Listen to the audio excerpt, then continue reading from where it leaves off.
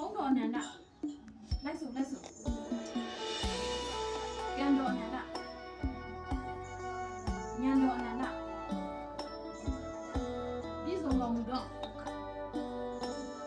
အာဟုတံကောနာကိုသက္ကပဝရမအရိပတိယငါစုတော့မြတ်စွာဘုရားရှင်ကိုရောမြတ်ပေါင်းထံနေတော့အဖဝိဇ္ဇာဆရာတခင်အပေါင်းထံတွေလည်းတော့နတ်မင်းကြီးလေးပါအမေသူရတတိငယ်တော်မြတ်တို့ထံတွေတမီးတော်သစ္စာပြုပါလိ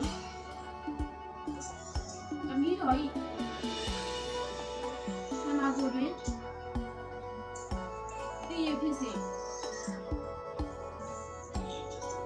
မတည်ရဖြစ်စေရောက်ရှိနေတော့တည်ရှိနေတော့ပညာတဲ့ဘုပညာတဲ့ဆွဲပညာတဲ့ဆက်သူတို့များတို့အားမြစ်တက်ခြင်းတောင်းတခြင်းဆွဲလန်းခြင်းအလျင်းမရှိပါတော့ကြောင့်အကုန်အစင်လူတန်းပါမည်ဟုသစ္စာပြုပါလိပညာတဲ့ဆက်ပညာဘူးပိသူတို့များတို့ဒီအစစ်စိတ်အပေါ်မှာပွဲကြည်ပြီးကြာရက်ပေါ်